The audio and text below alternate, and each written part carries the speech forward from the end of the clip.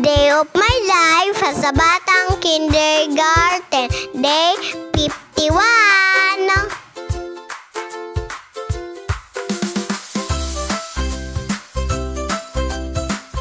Hindi namin nahintay si tatay, kaya napahatid na lang kami kay Daddy Ryan.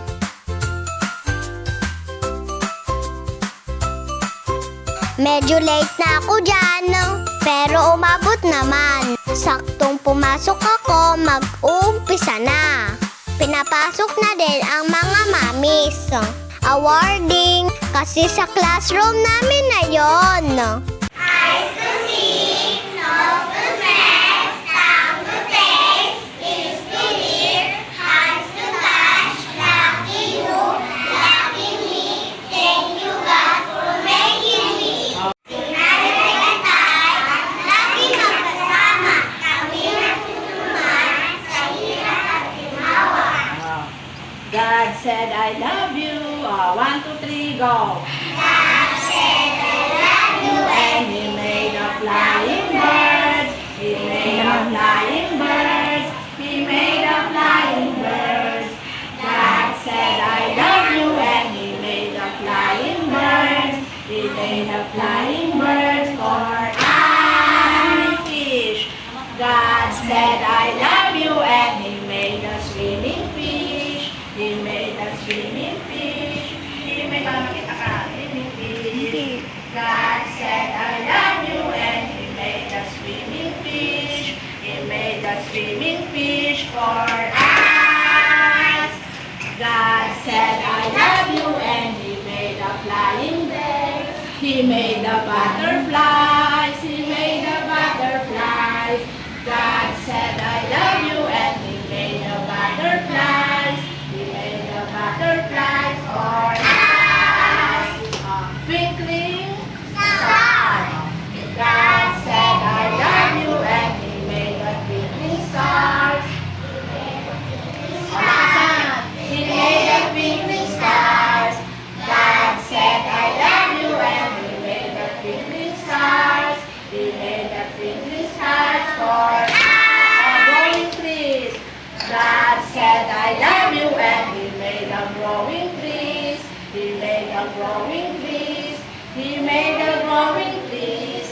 God said, I love you. And He made the growing trees. He made the growing trees for us. Ano ito? Kangaroo. God said, ready, go. I love you. And He made a kangaroo. He made a kangaroo. God said, I love you. He made a kangaroo for us. God said, I love you. And He made a swimming duck. He made a swimming duck. He made a swimming duck. God said, I love you. And He made a swimming duck. He made a swimming duck for us. Okay, okay.